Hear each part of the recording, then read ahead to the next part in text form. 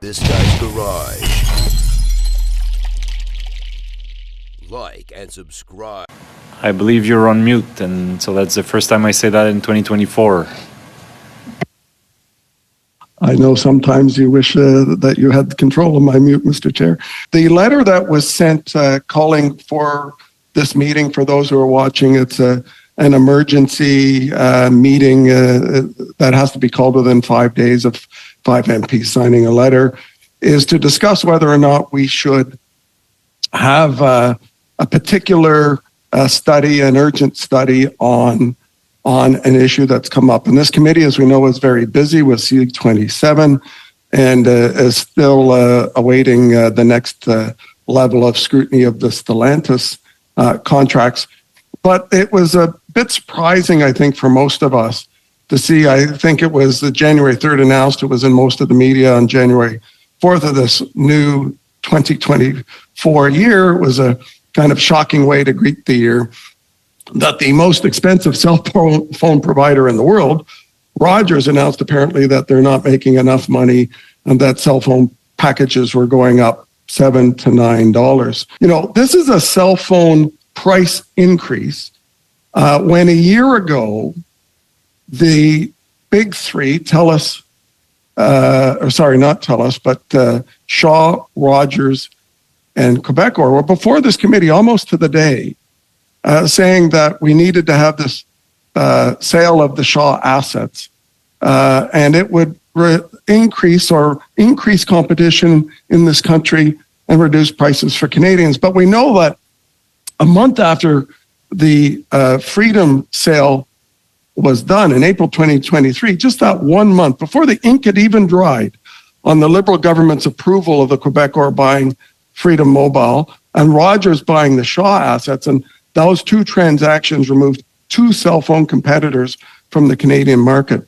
Quebecor also put up Freedom's prices, even though they had said they would not do that. They only waited a month to do that. And like I said, why is that important? Well, 83% of us have a cell phone, and we're in the middle of this cost of living crisis. And, you know, we know that since 2016, Stats Canada has reported that Canadians are paying almost 20%. I know it feels like more to most people, but almost 20% more per household out of their income than they were prior to 2016 for cell phone services. And international studies, many of them which we know, show prices for cell phone services in the US, Australia, and other countries are actually declining while ours are going up. Consumer reported in August this year, or 2023, that Canadians pay 20% more than Americans and 170% more than Australians for the average cell phone package. The Liberal Minister of Industry, the Minister of Meetings, has had tough talks, we hear. We've heard it in the House, tough talks in grocery and tough talks in cell phones. But the prices still go up. And what does he say about cell phones? Well, he says, I'm watching closely, as MP Ferrari outlined. Well, watching closely doesn't help people pay the bills when Liberals promised the prices would go down, and they're actually going up. And TELUS and Bell are refusing to answer the media questions in response to Rogers' increase about what they plan to do. So, you know, if they weren't planning to increase prices, we know that they would say, we're not planning to increase prices to the media. So I guess they must be planning increases as well, or they would come clean on that in public. And because the Liberal Minister of Industry, who helps oversee this cost of living crisis that we have, these cell phone companies came before this committee a year ago and before the Competition Bureau, claiming they would reduce prices if the Freedom sale went through. And they claimed that, but they're doing the opposite now, increasing the cost to Canadians. That's why this committee needs to have urgent hearings with these players as to why they said a year ago we should trust them and prices would go down, and now they've done the opposite. You know, Canadians want this gouging to stop. It has been going on for too long. Not a single Canadian that I know that doesn't work for Bell, TELUS, or Rogers thinks that prices have gone down. I suspect the people that work for them think that, but they may be the only ones. So with that, Mr. Chair, I would, and I think the clerk has a copy of the study motion that I would like to propose, and if she could circulate it, and I'll just read it out for the committee members while it's being circulated. that in relation to recent reports that Rogers will increase customer cell phone bills following a pledge by Rogers CEO Tony Staffareri that the prices are going to come down as part of the $26 billion Rogers-Shaw Freedom merger approved by the Liberal Minister of Innovation, Science and Industry, after committee experts and the competition commissioner warned that the deal would lead to higher prices for consumers. This committee, by the way, I'll just interrupt myself in the middle there. This committee recommended unanimously to not approve that deal, but the government went ahead anyway.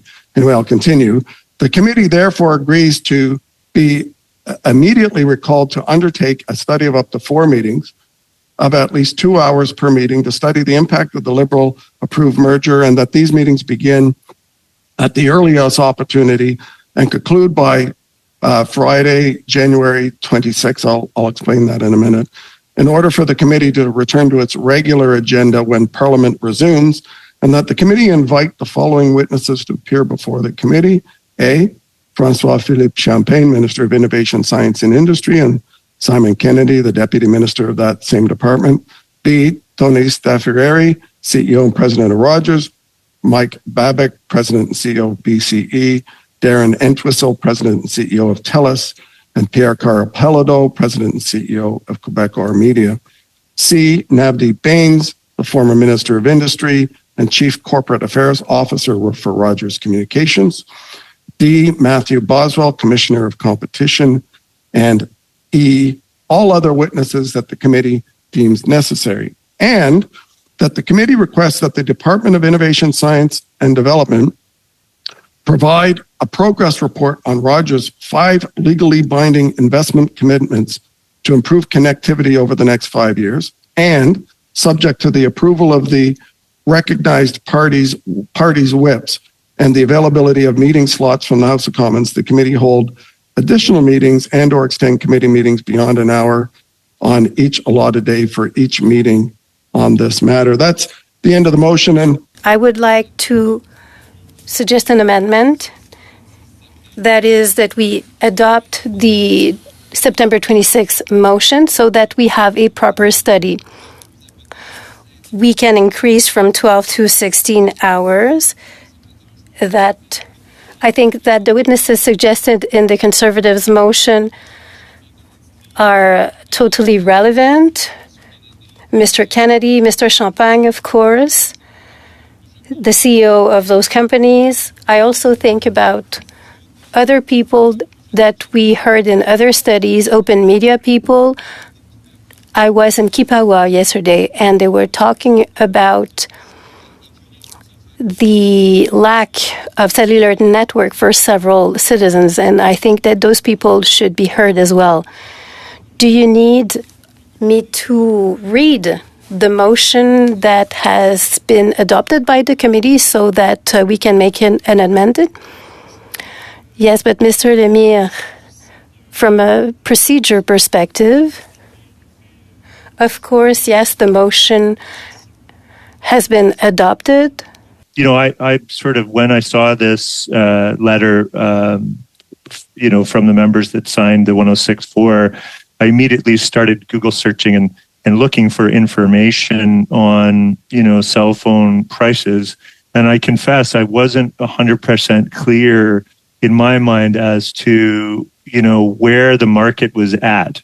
And I felt bad about that because I felt like I should know more about it. And, I was pretty quick to find some Statistics Canada information that sort of, it's actually pretty easy to find on their website in relation to telecommunications in Canada. And so I was sort of interested to see that there's information provided by Statistics Canada that shows that cellular services decreased in price by 22.6% over the course of the year of 2023, from November 2022 to November 2023.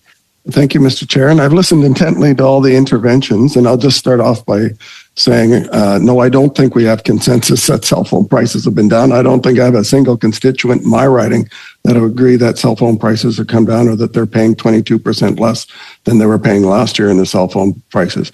And I'll just help MP Turnbull. This wasn't some mythical thing. It was announced by Rogers on January 3rd. You can Google the media articles if you like. The media articles state quite clearly that Rogers is putting up the price of new packages $7 to $9 on average.